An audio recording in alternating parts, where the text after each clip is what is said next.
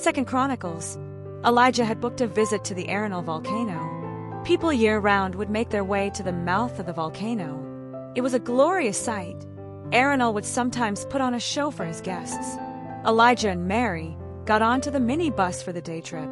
Of course, neither of them spoke about the events of the previous night. The lack of a terry cloth robe was, however, a constant reminder for Elijah that it's a new day. Thought Elijah, things are going to be perfect today, as he tried to valiantly muster up all the remaining enthusiasm and positivity. In his heart, though, he never recovered. As they approached the final ascent of the mountain, they found the barriers down and the national park workers letting the driver know that Arenal is closed because he was misbehaving. Disappointed and frustrated, both Elijah and Mary returned to the hot springs. They sat in the hot pools, read books, talked, and enjoyed the healing waters. That evening, for dinner, Elijah did not eat the beans and rice. The following day, Elijah had planned the next adventure on their trip. Although Elijah himself did not enjoy extreme sports, everyone he spoke to told him that he just had to take Mary's zip lining on Monte Verde. Day 1, Elijah's bowels erupted. Toilet flooded. Day 2, Arenal the volcano was closed to visitors.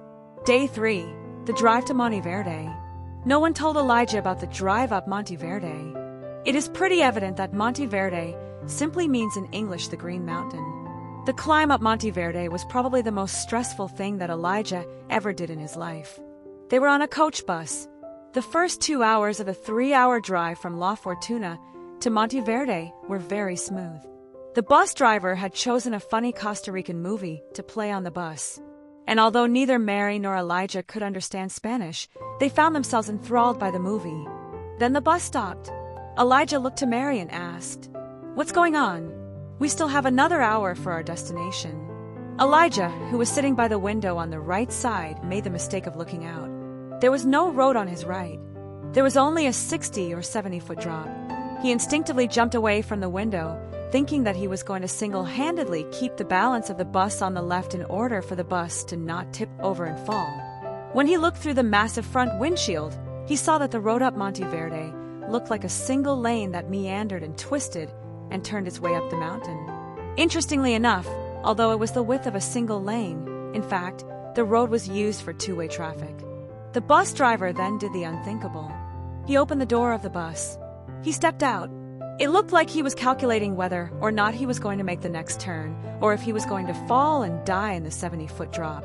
He wanted to know if his front tires were going to make it. What madness, thought Elijah. What madness! Both Mary and Elijah found themselves all of a sudden religious. Every time the bus stopped and they looked out at the cliff to their right, they would somehow find themselves almost praying with tears. Repentance was offered. Vows were renewed. Promises to attend church weekly were made. Each started calling on the different saints they each knew. Elijah could have sworn that Mary had even made up names of saints he had never heard of. Abu Abu Turbo. Is he like a really fast saint? I don't know. I've just heard my parents call on his name when they are afraid. Is this really the time to criticize me? We are about to die. Our parents don't know where we are. Did we have to go up Death Mountain? Elijah, what were we thinking? The worst was when oncoming traffic was coming down the mountain, and the bus had to reverse down the mountain to make room for the oncoming cars. That was the worst. Actually, the worst. Bism el Salib. Bism el Salib. Elijah crossed himself hundreds of times in that last hour. Bism el Salib was a saying that cops all around the world whispered, spoke out, or yelled, depending on the varying levels of perceived danger. It means in the name of the cross. Elijah wasn't really thinking of the cross. In fact, many people say it without spending much time thinking about the actual cross of the Lord. What they are really interested in is the power that comes with the cross. Power to ward off bad circumstances, chase away evil spirits, and evidently power to keep a coach bus in Costa Rica from falling off the side of a mountain. Mary was somewhat amused at seeing Elijah's religious side come out. He had all but renounced his faith. You see, Mary still held on to her faith. She would convince herself. She was just delaying her repentance. She knew that her lifestyle was wrong, but she told herself that one day before she dies she will fix things. But Elijah seemed to her to have forsaken his faith altogether. Elijah yelled, which, to the locals who were on the bus, seemed to be more fearful than the bus ride itself. In fact, the only comfort that both Mary and Elijah found was that the locals were completely unfazed by the whole ordeal. That last hour of the drive up the mountain felt like 7 hours. When the bus driver finally made it to more level ground at the top of the mount, both Mary and Elijah instinctively clapped for the driver. Everyone else just stared at them. Elijah, like the videos of the Pope that he had seen as a young child, knelt down and kissed the ground when he got off the bus. He looked ridiculous, as though he had just completed a cross-Atlantic flight. "Get up, Elijah. You're embarrassing me." Elijah was hurt by those words. Little did he know that it was only going to get worse. They made a mistake in their room and gave them 2 single beds. The quality of the hotel he had booked at the top of Monte Verde was a little, well, lower than he expected. He could never have imagined the conditions of his sleeping arrangements. It was bad, really bad. The rooms were tiny. The sheets were musty. The air stuffy. The furniture was dusty. Mary was not happy. Elijah wanted to die. Such good intentions. Disaster. "Elijah, how many stars is this hotel?" "Actually, it is a 3-star. But when I booked it, I was told that it was a high-end 3-star. How long are we here for? I feel so stressed. I am in the dark. I don't know where we are going, what we are doing. I know nothing. I know you are excited to surprise me for everything, but this is no longer fun. I am stressed. What else did you plan? Skydiving off this mountain?" Elijah burst out laughing. "Skydiving? No, of course not."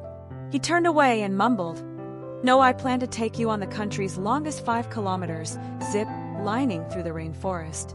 That's all." Mary wasn't enjoying her time in Costa Rica. Elijah was so upset. Mary saw that she had hurt Elijah and that he had such good intentions. But she was frustrated. She had imagined that they were going to spend a couple of weeks on the beach, sunbathing, sipping pina colada, and stocking up on vitamin D. She tried to make things better by saying that the room was not that bad. "Let's make the best of this time, She was interrupted by a loud knock on the door. "Pura vida, amigos. ISS time. Your adventure is waiting for you." "What adventure, Elijah?" "Well, I plan for us to go on a beautiful adventure, ziplining through the rainforest." "What? Ziplining? What are you thinking? It's like you don't know me at all. Where have you been for the last 3 years?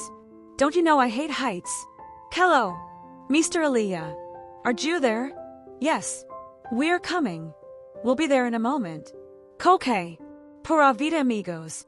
Elijah shot a frustrated glance at Mary. "I am going ziplining. Are you coming, or am I just going to go on my own?" Mary held back her tears. She could tell that Elijah was under pressure. Pressure he had put on himself to please her. But he didn't have to be mean about it. She bit her lip so that she wouldn't burst into tears. She wanted to yell, "You go on your own." But instead she answered, "I am coming." They got on the bus. Unthinkable. They didn't speak a word to each other the whole way to the zip line. They took the safety lessons. They signed the waivers. They harnessed. They zipped. She hated it. He hated it even more. She felt like she was going to throw up. He threw up. She was kind of happy he did. Then she felt guilty. Then she felt sorry for him. They got back on the bus. Unthinkable. They didn't speak a word to each other the whole way to the hotel. They spent one night in the awful hotel. Elijah woke up the next morning determined to once again fix things. He found the best 5-star all-inclusive hotel in Costa Rica, 4 Seasons Resort Costa Rica at Peninsula Papagayo, and he booked it. The ego is sometimes described as the problem solver. Well, Elijah's wounded ego was going to give it one more try. Pura vida, he told himself. Pura vida.